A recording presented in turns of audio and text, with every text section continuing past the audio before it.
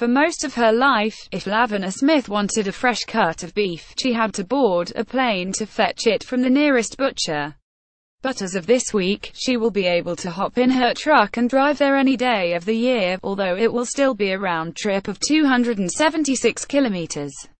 Canada's first all-season highway linking the country's south to the Arctic Ocean officially opens on Wednesday at 6 a.m.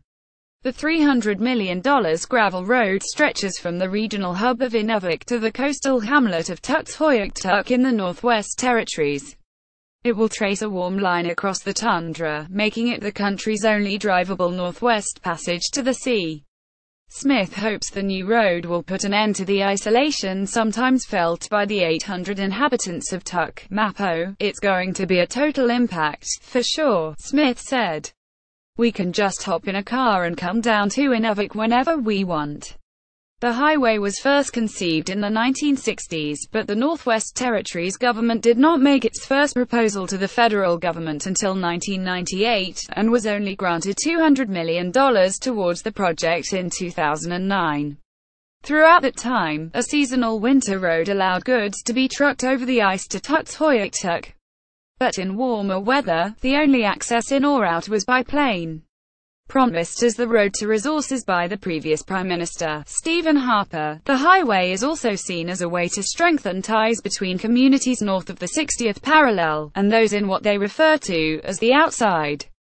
It was once also seen as a potential support for future oil and gas development in the region, before the Trudeau government last year announced a joint Canadian moratorium on drilling in all Arctic waters. "Hoping the groceries will come down a bit," says Laverna Smith. Photograph the government of the Northwest Territories. Like many in Tuxhoyaktuk, Smith is holding out hope that the road brings other benefits.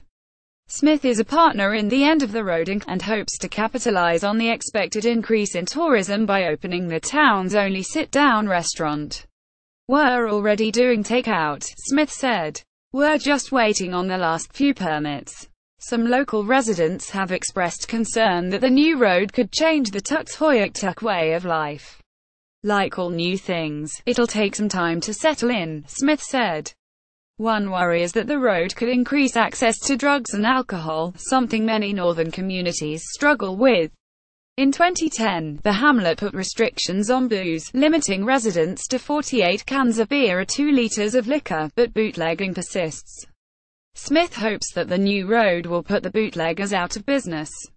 "If anyone can drive to Inuvik to buy alcohol, there will be no need to smuggle it anymore," she said. One of the biggest expected benefits will be a decrease in the cost of food. According to a 2014 report, the NWT government expects the highway will help reduce the cost of food, fuel, and other goods by about $1.5 million per year. "Hoping the groceries will come down a bit," Smith said.